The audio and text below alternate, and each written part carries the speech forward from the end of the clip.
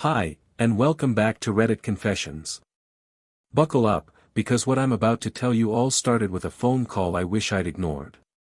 The house was loud, the music pounding through the walls, laughter spilling from every room. I wasn't drinking, partly because I'm not much of a drinker, partly because I already felt like an outsider here. Everyone seemed to know each other's inside jokes, while I was the guy lingering in doorways, pretending to read the labels on wine bottles just to look occupied. Then my phone vibrated in my pocket. Unknown number. Normally, I'd let it go to voicemail, but the noise inside was starting to give me a headache, so I took the excuse and stepped outside. The night air hit me, crisp, quiet, almost too quiet compared to the chaos behind me. The voice on the other end was shaky, low, like they didn't want to be overheard. "You need to check on your wife," they said. No name. No explanation. Just that sentence. And before I could even ask what they meant, the call ended. I stood there for a second, my mind racing, telling myself it had to be some kind of mistake. But when I went back inside, it was like the party had shifted in those few minutes I was gone. People avoided my eyes. One guy actually turned his back to me mid-conversation. And then I noticed, Celeste wasn't anywhere in the main room. Not by the drinks, not in the kitchen, not chatting with her usual circle. It was like she'd vanished in the short time I'd been gone. A burst of muffled laughter echoed from the far hallway, followed by the sound of a door clicking shut. My stomach dropped. I should have turned around. I should have gone home. But instead, I followed the sound. The hallway felt like it stretched on forever, even though I'd been down it earlier to find the bathroom. The music faded with every step, replaced by the faint sound of voices, low, hushed, almost blending into the hum of the house. My palms were sweating, and I could hear my own heartbeat in my ears. I told myself it was probably nothing, maybe just Celeste helping someone find a coat or looking for her purse. But deep down, something didn't add up. This was the kind of party where everyone was on display, laughing loudly, making sure they were seen. And yet here she was, tucked away in a quiet corner. I stopped halfway, leaning slightly toward the door I thought the voices were coming from. That's when I caught a clearer snippet, her laugh. Not just any laugh, but the kind she used to give me when we were still in that early, dizzy phase of dating. It wasn't a polite laugh. It wasn't the strained, tired laugh she'd used lately when I tried to lighten the mood at home. This was genuine, full, warm. And it wasn't for me. The other voice, a man's, murmured something I couldn't make out, and then there was silence. Not the kind of silence where the conversation ends naturally, but the kind where you can almost feel the air shift. My throat tightened. My mind started racing in all directions, flipping through every possible innocent explanation and rejecting them one by one. I thought about walking away. I thought about going back to the car and pretending this night never happened. But something inside me, maybe pride, maybe stupidity, pushed me forward. I took the last few steps and stood right in front of the door. My hand hovered over the knob for what felt like an eternity. I could feel the warmth from inside seeping through the crack where the door didn't quite meet the frame. My mind replayed the anonymous phone call, the way people had looked at me when I came back in, Celeste's absence from the main room, all of it weaving into a picture I didn't want to see clearly. Finally, I turned the handle and eased the door open just enough to see inside. At first, my brain didn't fully register what I was looking at. The lights in the room were dim, and for a split second, I convinced myself they were just standing close, maybe sharing some private joke. But then my eyes adjusted, and my chest went cold. Celeste was there, all right, but the way she was leaning into him, the way his hand rested on her lower back like it belonged there, told me everything I'd been too afraid to say out loud. I must have made a sound, because her head snapped toward me, eyes wide. The room suddenly felt like it had no air.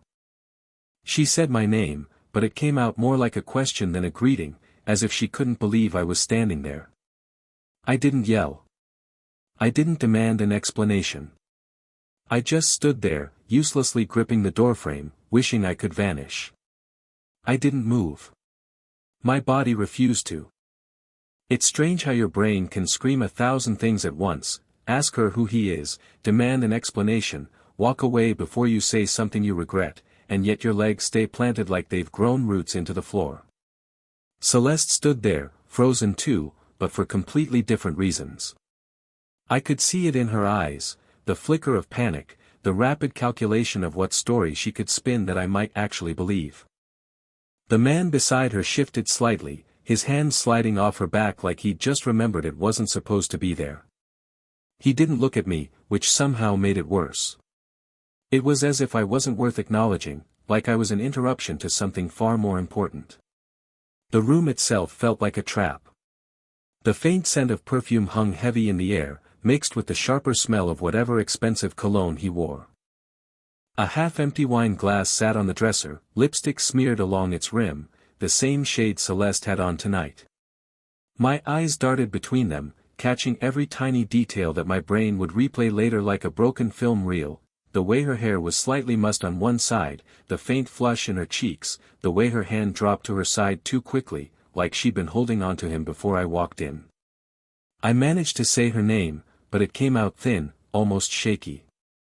Not the strong, confrontational tone I'd imagined I'd have in moments like this, just the voice of someone who already knew they'd lost something. She opened her mouth, started with, "Daniel, it's not," but stopped herself, glancing at him first. That tiny look between them punched harder than anything she could have said. It was a silent conversation, and I wasn't invited. The music from the party pulsed faintly through the walls, a mocking reminder that just beyond this door, people were laughing, drinking, living in blissful ignorance. I thought about stepping back into that world, pretending none of this existed, but the image of them together was burned too deep already. My hands trembled. Not from anger, I wasn't there yet.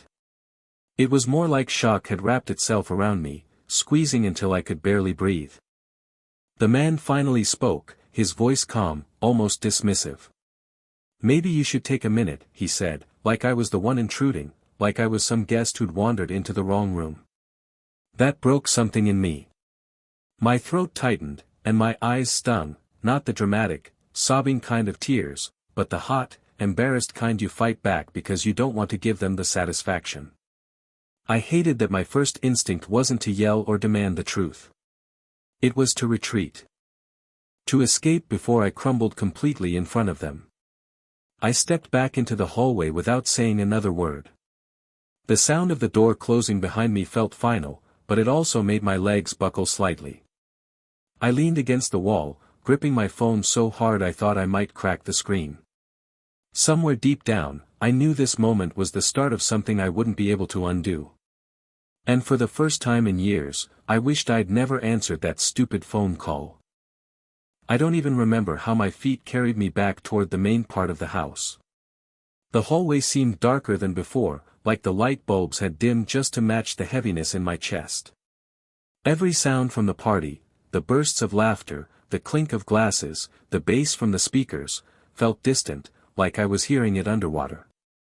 I kept telling myself to just keep moving, to blend back in, to make it to the front door without anyone noticing. But it wasn't that easy. A couple of people looked my way as I stepped back into the living room, and I could feel their eyes linger just a second too long.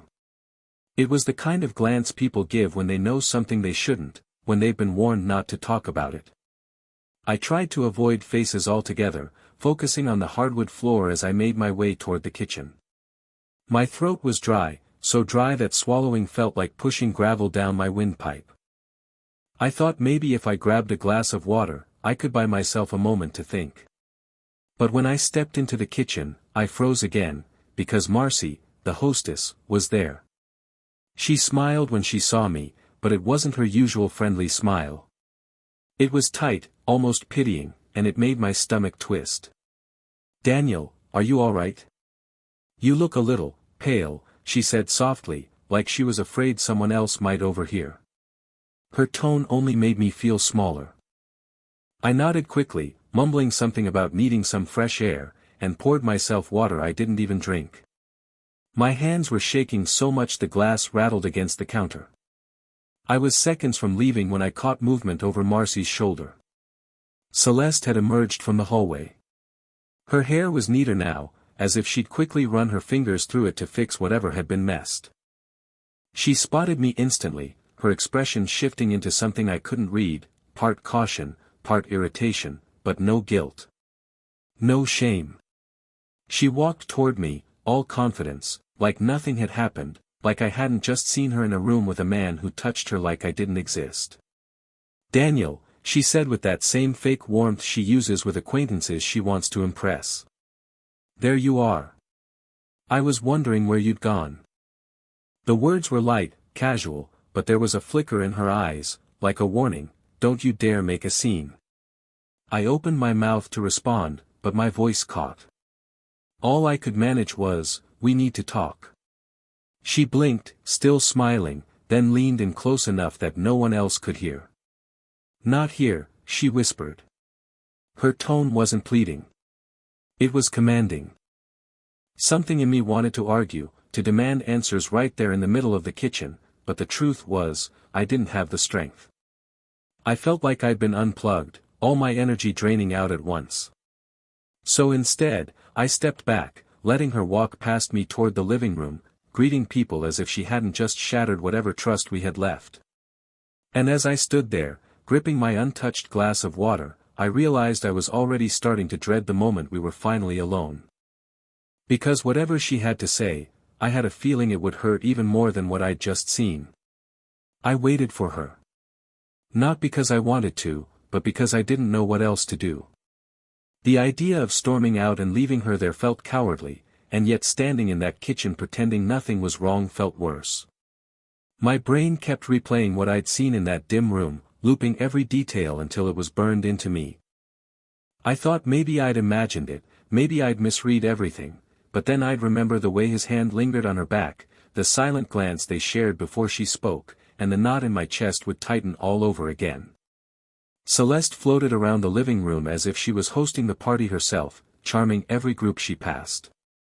I stayed in the kitchen doorway, pretending to scroll on my phone just so I didn't have to make small talk. When she finally glanced my way, it was quick, a flicker, checking to see if I was still there, like I was some piece of luggage she'd left in a corner. I hated that I waited for her to come to me instead of demanding we leave right then. But when she finally did walk over, she kept her smile wide for anyone watching. Without breaking it, she touched my arm lightly, and in a voice low enough that no one else could hear, said, "Go wait in the car. I'll be out in 5. There was no warmth in it. No apology. Just instructions. I should have refused, but instead I found myself moving toward the front door like a scolded child. The night air felt heavier than before, and by the time I reached the car, I realized my hands were trembling. I sat in the driver's seat, the music from the house muffled through the closed windows, and tried to slow my breathing. Every minute felt like an hour. 5 minutes passed. Then 10. My mind went places I didn't want it to go, imagining them still inside, talking, laughing, maybe more.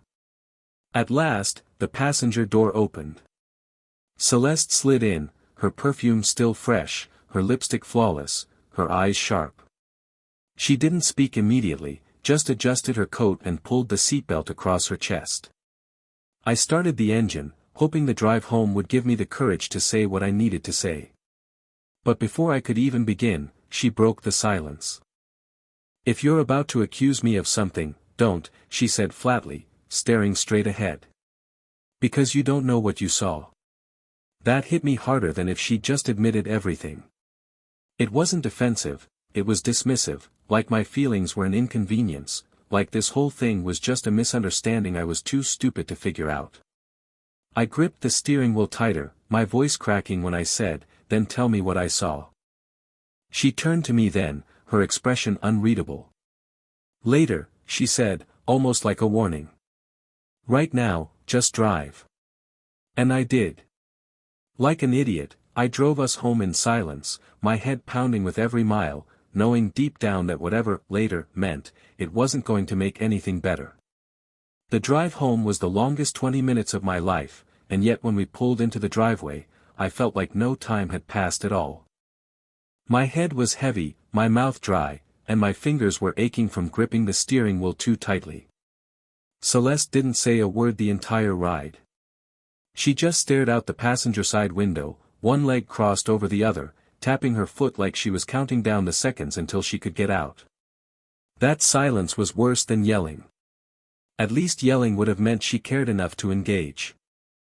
When we stepped inside, she didn't go to the kitchen or hang up her coat like she normally would.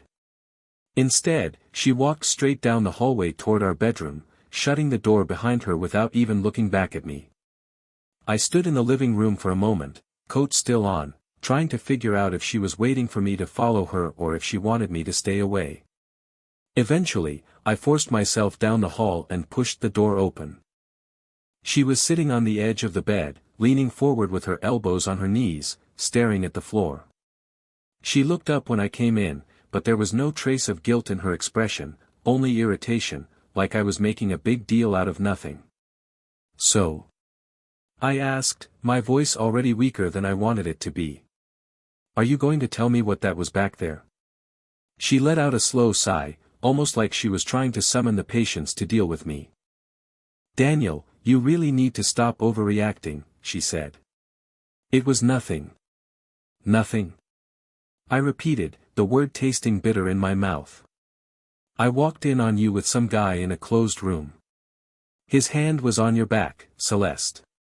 You were talking," she cut in sharply. "We were talking. That's it.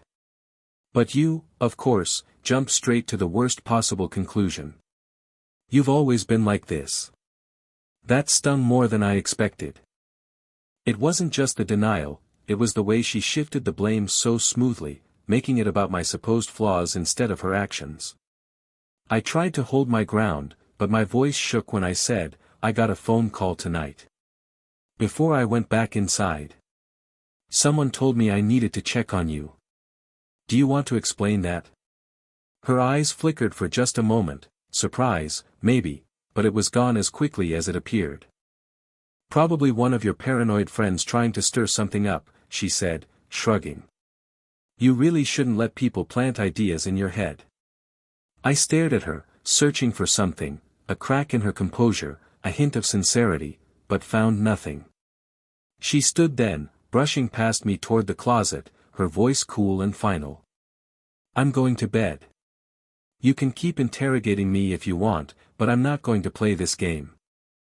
I stood there in the doorway, watching her neatly hang up her coat as if we weren't standing in the middle of a marriage that suddenly felt like it was collapsing in slow motion. And the worst part? I didn't even know if I had the courage to push any harder. I didn't sleep that night. I lay there in the dark, staring at the ceiling, listening to Celeste's steady breathing beside me. Every so often, she'd shift slightly, pulling the blanket closer to herself, like I was some draft in the room she wanted to block out. My mind kept replaying the scene at the party over and over, each time adding details I might have missed, the way her hair had been a little out of place when I saw her, the faint smirk the man had when he told me to take a minute, the silence between them before they even noticed me. It didn't add up to nothing, no matter how many times she said it did. By the time morning light started creeping through the blinds, I'd already decided I couldn't just let it go. I told myself I wasn't going to snoop, that I hated the idea of being the kind of husband who dug through his wife's things, but my hands were already moving before my conscience could stop them. Celeste was still in the shower when I grabbed her purse from the chair in the corner. I wasn't sure what I expected to find, maybe a note, maybe a receipt, but what I pulled out stopped my breath. It was her phone, unlocked. Normally, she guarded that thing like it contained state secrets, but for once, it was open. My thumb hovered over the screen, my heart pounding so loud I thought I might actually hear it through my ears. I went straight to her messages, scrolling past harmless conversations until I hit one that froze me. No name, just an initial, M. The thread was short, but it didn't need to be long.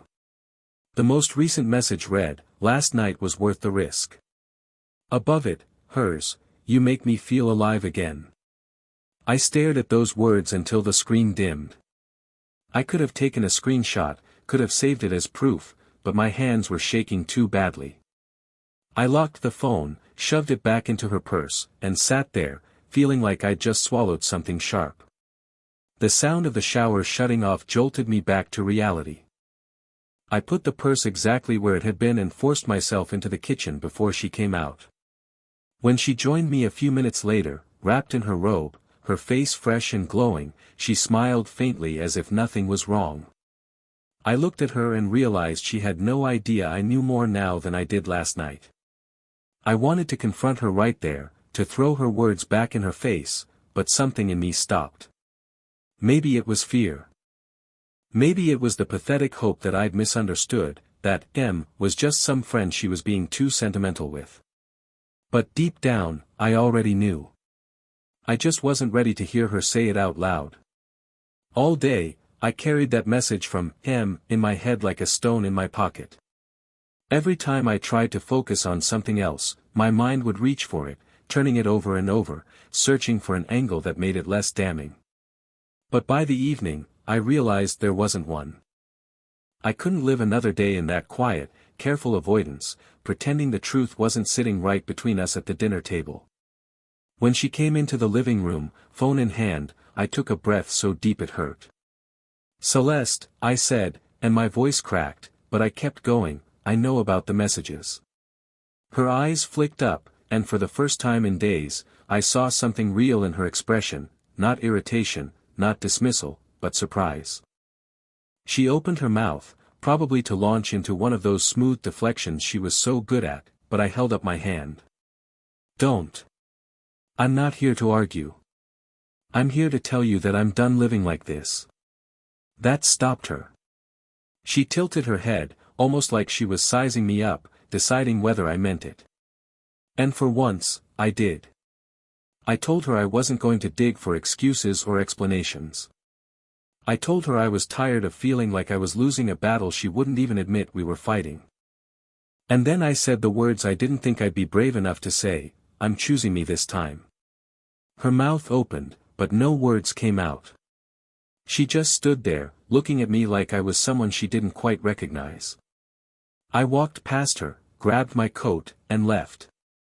Not slamming the door, not making a scene, just walking away. And for the first time in weeks, I felt lighter. It wasn't easy after that. The conversations about splitting our lives were messy, emotional, and full of moments where I almost caved. But in the end, we went our separate ways. And you know what? I didn't just survive it, I started finding pieces of myself I'd forgotten I had. Now, months later, I can say honestly, I'm happier. Not because of what happened, but because I stopped letting someone else decide my worth. And to everyone watching Reddit Confessions, I want to hear from you. What was the moment in your life when you finally realized you had to choose yourself? Share it in the comments, because you never know who might need to hear it today.